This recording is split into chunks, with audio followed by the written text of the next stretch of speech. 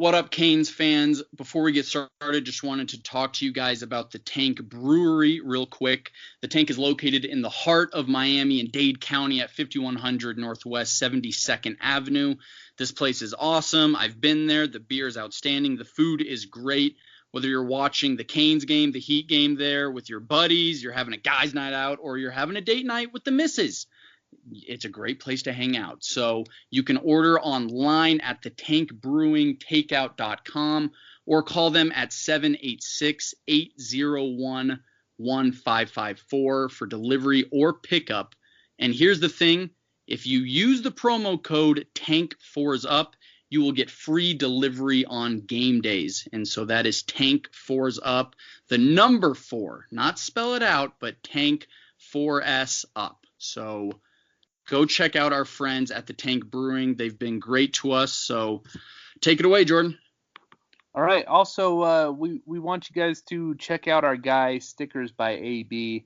That's at STICKERZ by AB. I've been ordering a bunch of stuff from him. We have a collaboration sticker that has our logo on it. So make sure you're checking him out. Give him a follow on Twitter. He's just a good dude, and he's helping us design our merch. So yeah, man, it's make sure you're supporting the good people that help us out here on Fours Up. You're listening to the Fours Up podcast with your host, Marsh.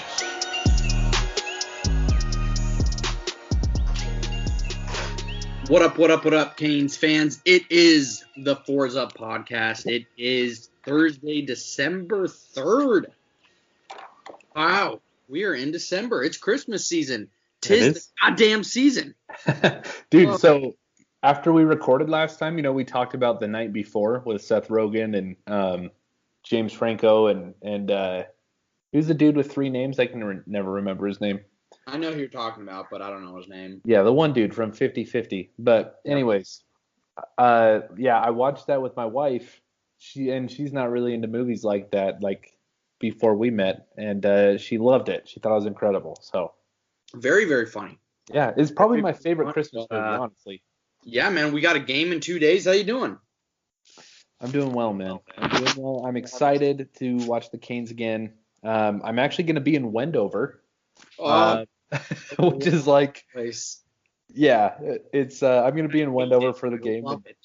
Oh yeah, dude, $5 blackjack tables. It's like right on the, for those who don't know, it's right on the Utah-Nevada border, and there's nothing to do there but gamble, and it's like a truck stop with casinos, pretty much. It's literally like it's like it takes you 2 minutes to go through the town, and it's like 6 or 7 run-down old-ass casinos.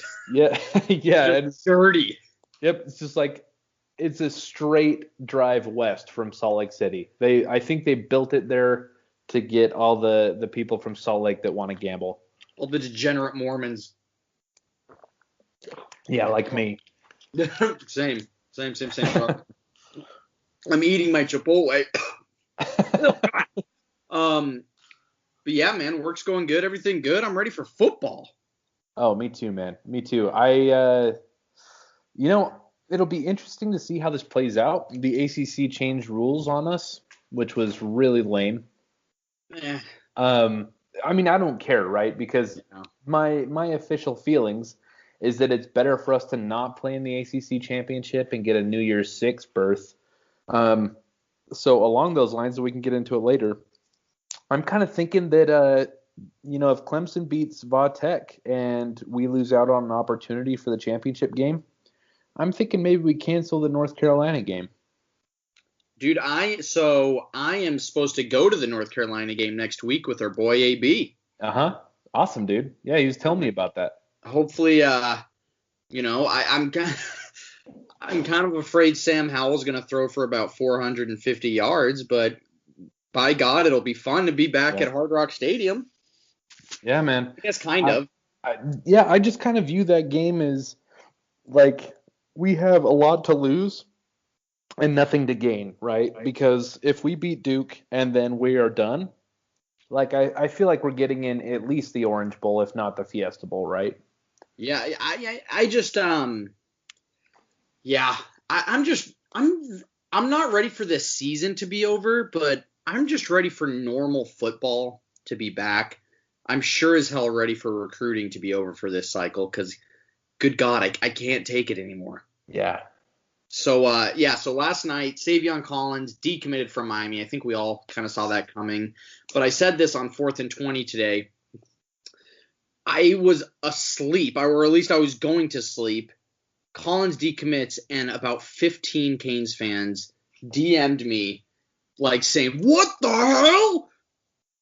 Like they were freaking out. And I'm like, guys, just shut up. We knew this was coming for like 6 months. Yep.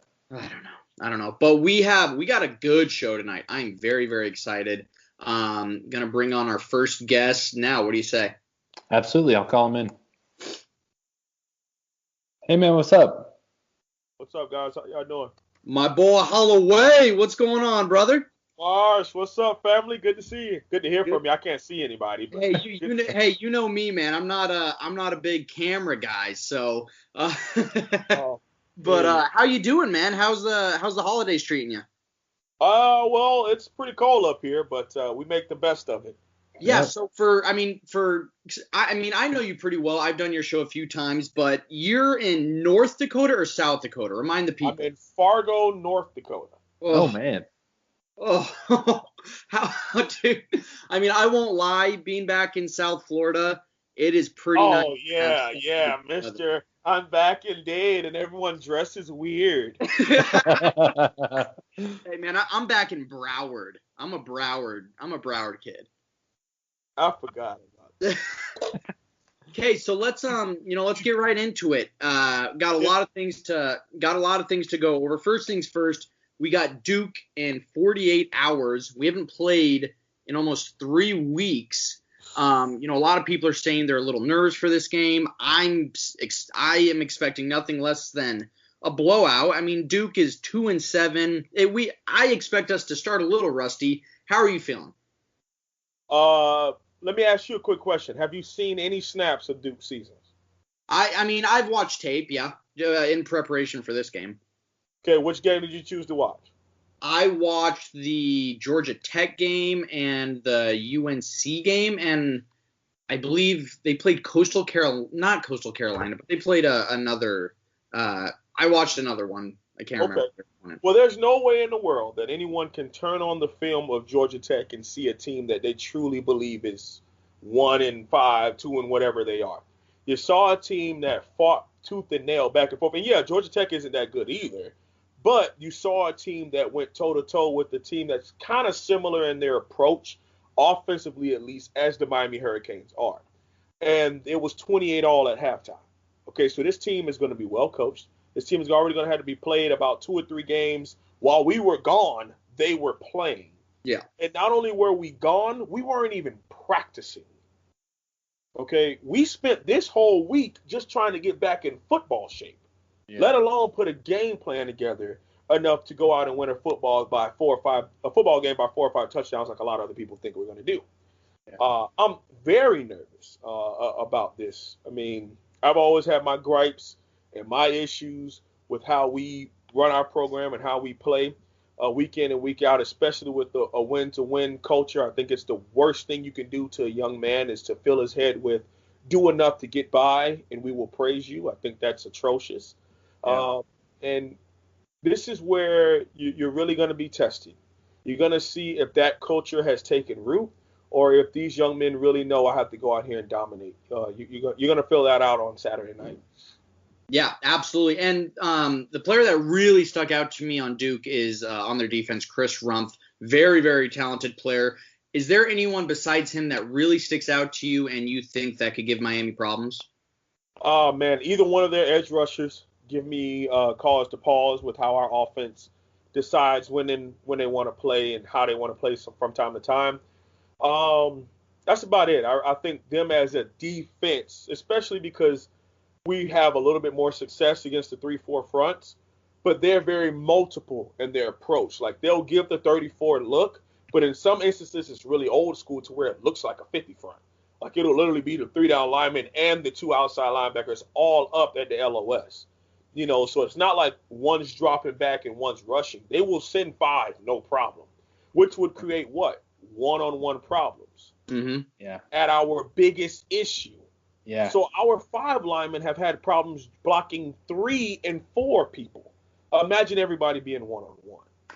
That doesn't sound too good to me. Especially when you're getting a guy like Chris Rumpf matched up one-on-one with one of our linemen, right? That's a matchup nightmare for us. Absolutely. Okay, so I wanted to ask you about the offensive line, because you're a lineman guy, you know the techniques and really break down that film. How would you grade the offensive line this year? How do you think Coach Justice has done in his first year as the offensive line coach? Well, I tell you this much, he's heaven sent. I truly believe like Coach Garrett Justice is so important. I think people think what we're seeing right now.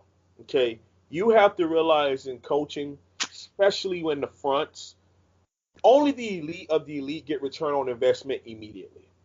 His return on investment is building up the mental psyche of these young men that was torn down by Stacey Searles, who has the 1980s view of MFing everyone and down talking everyone and you freaking suck, your mom this. Like he has that type of approach to football.